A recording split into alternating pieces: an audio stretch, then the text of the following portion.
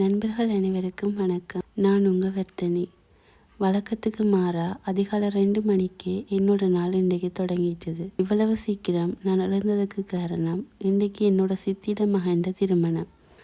இதற்காக நாங்கள் யாழ்ப்பாணத்தில் இருந்து வவுனியா வரை பயணம் செய்ய போகிறோம். மாப்பிள்ளை வீட்டில் இருந்து வலிக்கிற பஸ் காலம் 5 மணிக்கே வலிக்கிடுமென்றதால நாங்கள் அதிகாலை 4 மணிக்கே தயாராகிட்டோம்.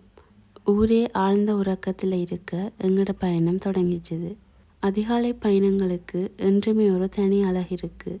அமைதியான சாலைகள், இதமான காற்று, மெல்ல விடியும் வானம் என இயற்கை நம்மளை வரவேற்க நீண்ட நாட்களுக்கு பிறகு மீண்டும் ஒரு அழகான அனுபவத்தை உணர்ந்தேன். நகரத்தின் இரைச்சலோ வேலைப்பழுவோ இல்லாத அந்த நிசப்தமான அதிகாலை பயணத்தில் தூய்மையான காற்றையும் மனத்துக்கு நெருக்கமான சொந்தங்கள அருகாமையையும் ரசித்தபடி பயணிச்சேன். இந்த அரை மணி நேர பயணம் இந்த நாளின் மிகச்சிறந்த தொடக்கமாக இருந்துச்சுது. மாப்பிள்ளை வீட்டை நாங்கள் 4:40 மணி அளவில் சென்றடைஞ்சோம். உறவினர்கள் அனைவருடனும் சேர்ந்து மீண்டும் எங்களோட பயணத்தை தொடங்கினோம். பயணத்தின் போது நான் ஒரு குட்டி தூக்கம் போட்டேன். அந்த ஓய்வு எனக்கு தேவைப்பட்டதாக இருந்துச்சுது. எங்களோட பயணத்தில் மிகவும் முக்கியமான பகுதி முருகண்டி பிள்ளையாரோட தரிசனம் தான். ஏனையின் ரோட்டில் அமைஞ்சிருக்கின்ற இந்த ஆலயம் ஒரு வழிபாட்டு தலம் என்றதை தாண்டி எங்களை போன்ற பயணிகளுக்கு ஒரு நம்பிக்கைன்ற அடையாளம். ஏதோ ஒரு நீண்ட பயணத்தை தொடங்கும் போது இந்த பிள்ளையாரை வணங்கிட்டு போனால் அந்த பயணம் தடையின்றி பாதுகாப்பாக அமையும் என்றது எல்லாரோடையும் நம்பிக்கை. பல தசாப்தங்களாக ஒவ்வொரு வாகனமும் ஒவ்வொரு பயணியும் இங்கே நின்று பிள்ளையாரை தரிசித்து விட்டு செல்றத ஒரு வழக்கமாகவே வச்சிருக்கிறாங்க. நாங்களும் பிள்ளையாரை தரிசிச்சுட்டு எங்களோட பயணத்தை தொடங்கினோம்.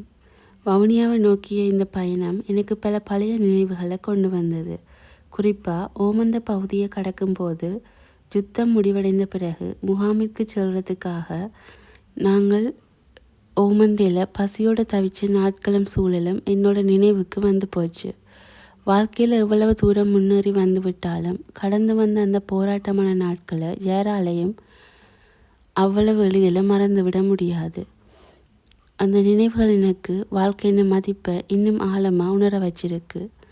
நீண்ட பயணத்துக்கு பிறகு மாப்பிள்ளை தங்கியிருந்த வீட்டை நாங்கள் சென்றடைஞ்சோம்.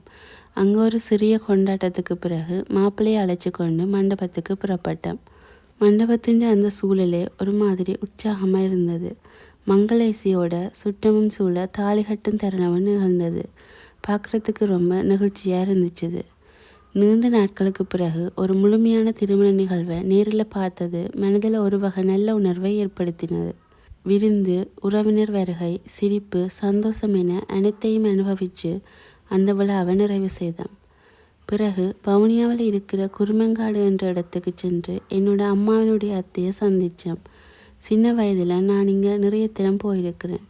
ஆனால் பல வருடங்களுக்கு பிறகு மீண்டும் அந்த இடத்துக்கு சென்றது மிகவும் சந்தோஷமாக இருந்தது. இந்த நாள் எனக்கு மனநிறைவு கொடுத்த ஒரு நாளாக இருந்தது.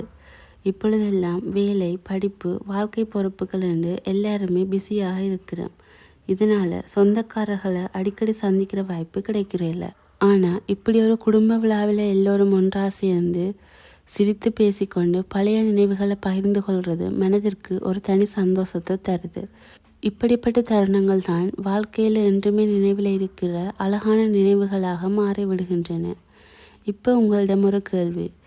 நீங்கள் கடைசியாக எப்போது உங்களோட குடும்பத்தவர் அனைவரையும் ஒன்றாக சந்திச்சிங்க? அந்த அனுபவம் எப்படி இருந்துச்சுன்னு மறக்காமல் கமெண்ட் பாக்ஸில் சொல்லுங்கள். தேங்க்யூ.